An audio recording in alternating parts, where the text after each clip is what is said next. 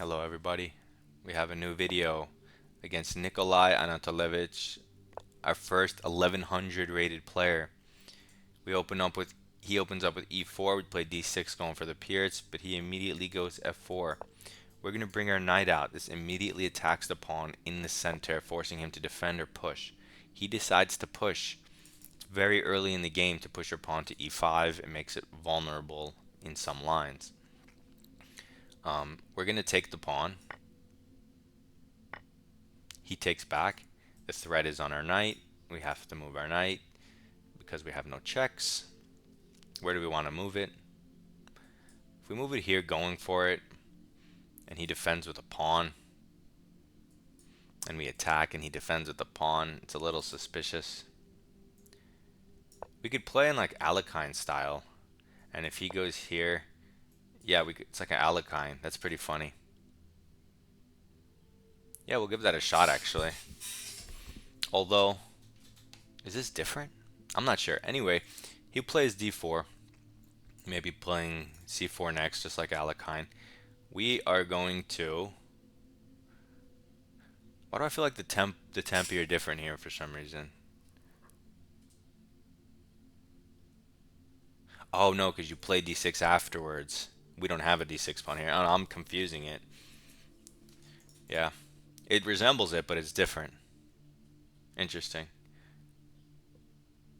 Okay, so anyway, he plays this. I want to break down his center as fast as possible. I'm thinking of going c5. He could throw in this check, but you get to develop a knight there. And of course the pawn is hanging, but that breaks up the connection with his pawns, and these pawns would be weak. You could immediately win one back. Let's say queen a5 check and take. But I'm going to play this now in sort of a caro-kann style, where you move c6 and then c5 on like the next move. And in this way, you hit the pawn here, and when you open up your e-pawn, the bishop hits this one. You could have also gone knight d7, hitting both immediately. There's a lot of options in a position like this. He goes c4. The threat is on the knight in the center. The drawback is it's a pawn move, takes away the square from the bishop. So I'm going to move my knight. If you move it here, you risk getting trapped. So I'm going to move it here. Looks a little weird, but it has this square in the future, which is actually quite nice because it's an outpost, because he has no pawns that can kick it. It's a little far back. It's a weird outpost because it's on the third rank or the sixth rank, and usually outposts are a little higher forward. So he takes our queen, relinquishing any opening advantage white could possibly want. I don't care about losing my castling rights because this pawn is hanging right now, so I don't want to go back with my knight. And these pawns are all pretty weak right now, so we're approaching an endgame or a queenless middle game. He develops his knight. If anything, you would want to develop this one to protect the pawn. He doesn't pay attention to it, so I'm going to take it. Now he brings his knight out, and I'm going to take it. Now why? Because I don't want to waste time defending or moving it, and it also ruins his pawn structure, and now he has more weak pawns. And since we're going to go in an endgame, I want to have strong pawns, right? So now I want to keep trying to develop a threat if possible. Moving this pawn comes with a threat, so I kind of like that. Don't necessarily want to block in my bishop, though. Although if I win this pawn, I can fianchetto, which looks nice. So let's go for one or two. One stops his knight, which he could try to undouble his pawns. So let's stop his knight.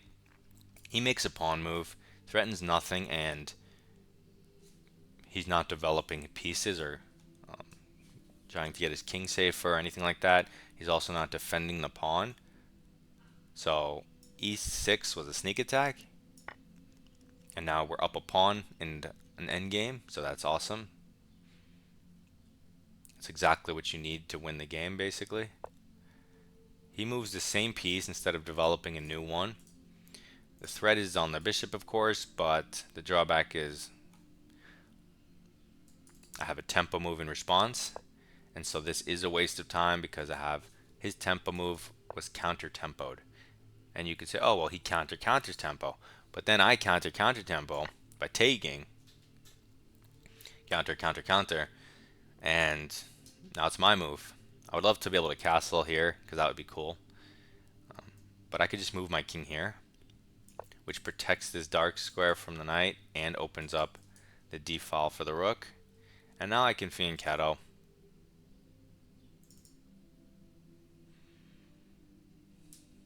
And improve my knight in the future because it's on a weird square.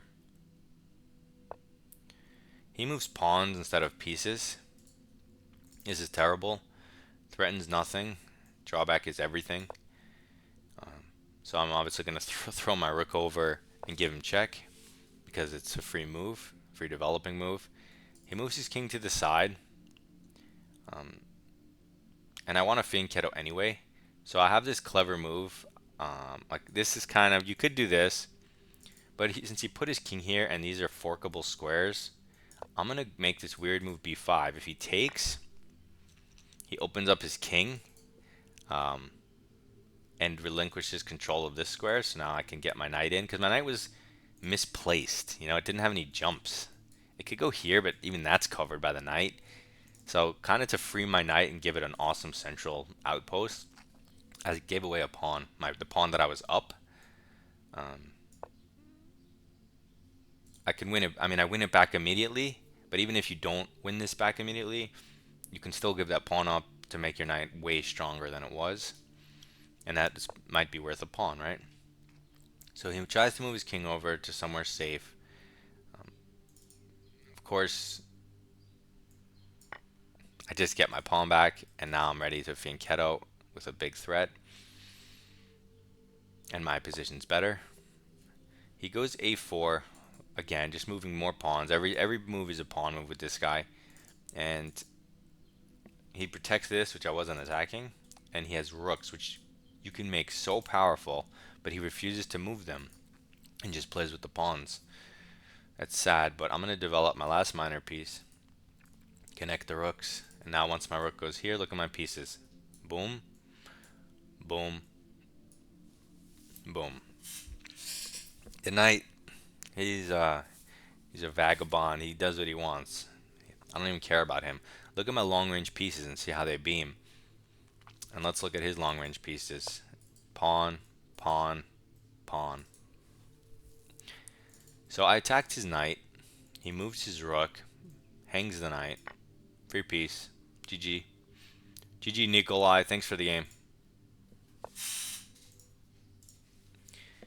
Okay, he's just moving his pawn. I'm just going to bring my rook in, of course.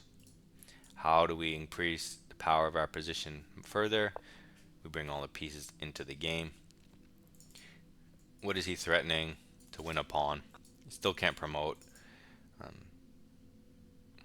His king looks kind of precarious, so I want to find some type of mating construction if possible. First, I'm going to just tell him, what are you doing, guy? And I'm going to go g5. Now this is never a thing, and I have a passed pawn closer to promotion. And if he ever attacks it, even if you like had a rook here, f6, perfectly solid. This is nothing. The h6 pawn is nothing but a weakness. We can't go here with a check. I do want to go a5 so that if he took, we could open up the b file for our rooks too. But he's boxing his king involuntarily even further. So what else can we do? We can also just trade stuff because we're up a piece. We don't need to complicate our life. So we could complicate it though. I kind of want to see what he does too, because he doesn't have any moves. It's pretty funny. So because it's pretty funny, we're going to push our passed pawn and see what he does. You could trade a rook So he pushes a pawn, which severely weakens his king. Because now his king has no escape diagonals, and it's stuck on these lateral things where my rooks can hit it. And he opens up a check for me. So this just looks absolutely terrible. So in light of that, I'm going to throw my rook in. He moves his king, which attacks my rook. That's fair. So I'm going to move my rook. Where am I going to move it? Wait, do I have a mating net? Oh no, his rook's covering that. Never mind. Okay, so let's just move it to a dark square. Not blocking air pass pawn. We'll just go here, because this blocks our promotion. We don't want it on a light square with his bishop. And now we can get our rooks in.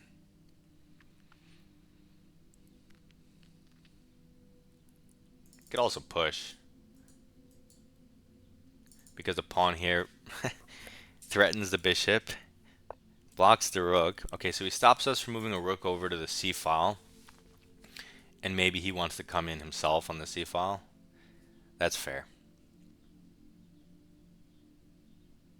But I'm just going to throw this check, forcing him to give up his bishop and getting out of the way of another passed pawn of mine. He has to give up the bishop because it's a fork, right? And now that he gave up the bishop, I can take with my rook, right? If he ever does this, I could just put a rook here. Otherwise, I go here and threaten rook trades. Since I'm up a piece, now he has to move his king because this is covered by the bishop. And so, because I'm up a piece, I can just slowly win the game, right?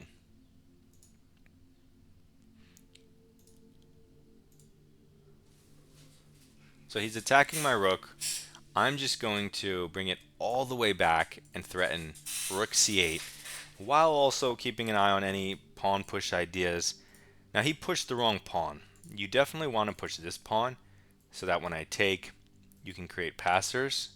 But he pushed the other pawn, which means if he takes and I take, okay, it's kind of the same, but it's also not the same, because this isn't a forcing, like putting the pawn here is more forcing.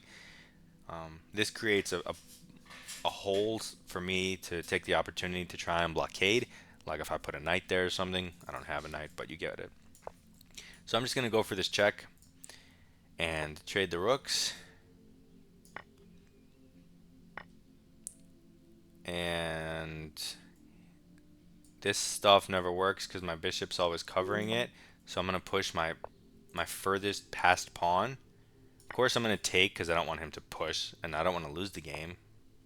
Okay, now he's not threatening promotion because of my bishop, so I'm going to push my pawn, and then I'm going to support it with my other pawn so they can never be taken by the king.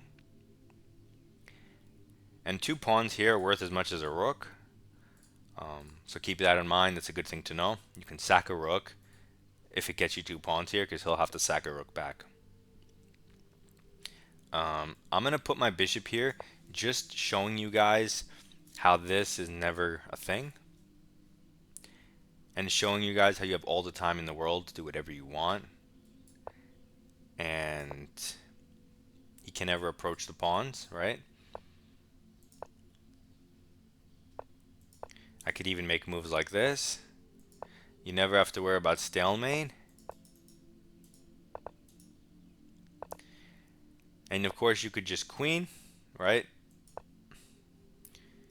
You could box him in and go for this checkmate. Like now I go here, he has to go here, and it's checkmate. So there's different methods. I'll promote to a rook because it's funny. And that was Nikolai. So that was a good game. You could see the power of pawns, so you learn new concepts. 2 pawns on the 6th worth a rook. That right there is, you know, important chess knowledge you should have. So little by little, do you keep picking up these things? Oh, bishop in the corner blockades the pawns, you know, and you start to add them to your arsenal, your repertoire. Just getting better and better. Little ideas. That's all you want, is to collect little ideas and ways of thinking. Hopefully that helps. We keep climbing. Goodbye.